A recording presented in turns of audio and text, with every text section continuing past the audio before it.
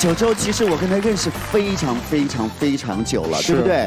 所以今天他上节目，他自己对我来说，对他来说都是一个很特别的一件事情。我有阻拦到你们的交流吗？没有。那我就放心了。我刚好好像还好。继《天赐的声音》和《奔跑吧》后，周深又接了一档推理节目。好奇的我去瞅了一眼嘉宾阵容：宋祖儿、郭麒麟、刘宇宁。周深这次可真的是找到组织了，个个都是话多的主。红掌拨清波，锄禾日当午，锄禾日当午，红掌拨清波，小学生们不要学，红掌拨清波。这都是啥？对诗游戏比抢答，而且还没正确率，我只能说谁嗓门大谁赢吧，耳朵真的要震碎了。但这还不算，嘉宾们在摸黑的走廊里被白雨吓到时，那场面才是真的又吵又搞笑。尤其是周深弹跳的小脚，如果不是被刘宇宁拽住，他下一秒就会直接瘫在地上。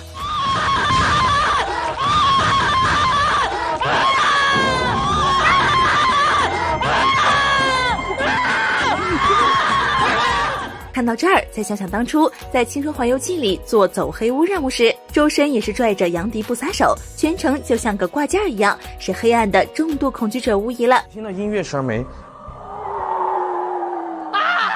我不行。当然，除了怕黑之外，易受惊体质的深深对高和水也是极其恐惧，但怕什么来什么。上节目被薇娅吊在空中，玩游戏输了被拖进水池，总之就是逃不过。方法。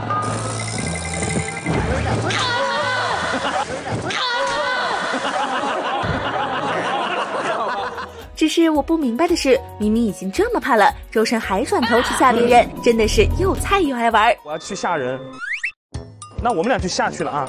你就别怕了，你熟悉你就不怕了。我怕，你怕你还吓人。周深为什么没法做填空题？还不是因为他话太多。参加一个采访就像是开了一个脱口秀大会，甚至有时候觉得给他配主持人都有些多余，就让他自己说吧。都想哎，一定要选吗？好和谐的画面，因为我一般跟别人站在一起都是，只有当全部都是我的时候，好整齐的一个方块。采访问的是，如果有分身超能力，想让很多自己组成什么团体？好家伙，周深直接 Q 自己的身高梗，还整齐走方阵，你是要去军训吗？下面向我们迎面走来是周深方阵，他们皎洁的步伐，整齐的身姿，哇！之后上节目遇见同款话痨龚俊，学员在台上做自我介绍，周深和龚俊就在台下唠嗑。到了评价环节，因为不是专业人士，龚俊就时常向周深请教，像极了小学生不抄作业的现场。看一下他的表演，很投入，投入，很深情。那我就先说了，太坏了。咱就是说，这俩笑起来怎么有种不太聪明的样子呢？也太哈哈了吧！但这还不算，抛去上节目因为语速太快而被后期减速这样的事情，周深跟杨迪在录节目期间，因为两人都话太多，聊天直接聊到凌晨3点多才睡觉。最重要的是，第二天9点还要起。我跟周深也是够了，我们住成都的时候，住那种民宿嘛，然后我们俩的房间是挨着的，本来已经很累的，我们俩话太多了，那天晚上聊天聊到凌晨3点钟，然后第二天早上9点钟又要起床，又没怎么睡觉。不过遇上教练才哥就没那么幸运了，本来学车就已经够紧张了，可在考试期间，周深还得面对一位话痨教练来加油鼓劲儿，内心当下就有点崩溃，油门一下子就上来了。别再骚扰我了，才哥！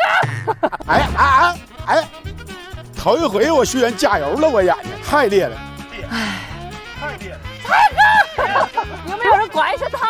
之后遇上何同学，周深就更插不上话了。两大社恐相见的名场面，首要事情竟然是先来一波彩虹屁，夸得周深都不知道说啥了。您的声音真的很好听，真的好棒。你也真的，我经纪人每天跟我说，就是你一定要向周深老师多学习，就是努力提升自己的业务能力。瞅瞅这震惊的小眼神儿，知名数码博主居然要向歌手学习业务能力，这两者之间到底有什么联系啊？谁能给我解释一下？当然，除此之外更有意思的就是周深在歌手上的宅家日常了，话多到直接拿语音助手 Siri 开刀，甚至还用多国语言与他沟通，结果就不用说了，成功把自己气得翻白眼儿。你喜欢周深吗？我不知道该怎么回答，有什么别的可以帮到你的吗？你喜欢《歌手当打之年》里面的周深吗？我不知道该怎么回答，有什么别的可以帮到你的吗？你也喜欢，最后再给大家分享一下周深的戏精日常。前段时间为了给观众推荐刘同的新书，周深还特意直播连麦了本人，热情程度把刘同都给吓住了，果然是不喝酒都很嗨啊！今天刘同的新书《Now Now》在他直播间买会有他的亲笔签名哦。耶，我的嘿，又到了带货环节。